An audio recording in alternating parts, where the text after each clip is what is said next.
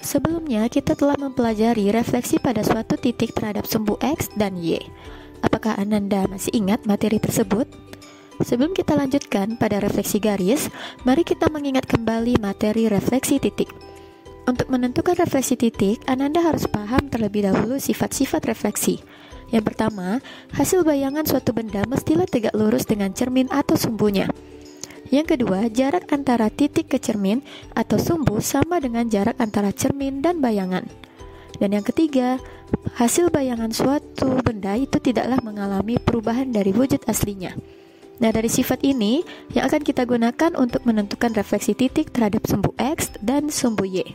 Misal kita punya titik A 3,4, kemudian kita refleksikan terhadap sumbu X.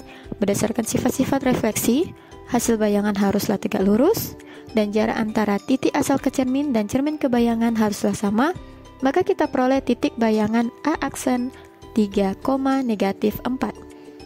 Jika melihat perubahan titik koordinat yang terjadi, maka nilai ordinalnya lah yang berubah.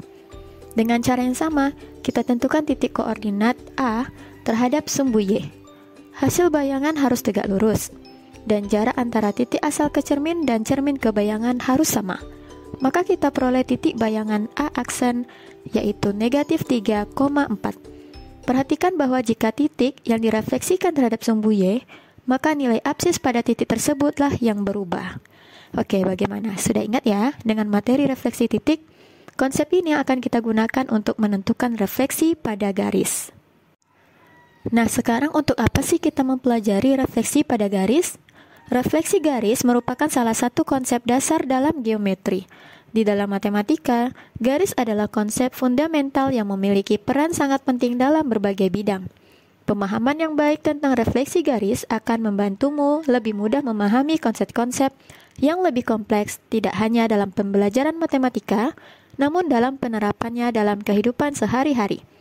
Contohnya, dalam merancang suatu benda yang membutuhkan keseimbangan, seperti bangunan, badan pesawat, dan penataan kota atau yang lainnya. Nah, itulah manfaat dari kita mempelajari refleksi garis. Nah, sekarang pertanyaannya, bagaimana posisi garis jika direfleksikan? Apakah sama dengan posisi awalnya? Untuk menjawab pertanyaan ini, mari ikuti kegiatan pembelajaran hari ini dengan baik ya. Adapun tujuan pembelajaran hari ini adalah peserta didik dapat melakukan transformasi tunggal refleksi garis terhadap sumbu X dan sumbu Y berdasarkan sifat-sifat bayangan cermin pada bidang koordinat kartesius dengan benar. Yang kedua, menentukan persamaan garis baru hasil refleksi terhadap sumbu X dan sumbu Y dengan benar. Oke, selamat belajar.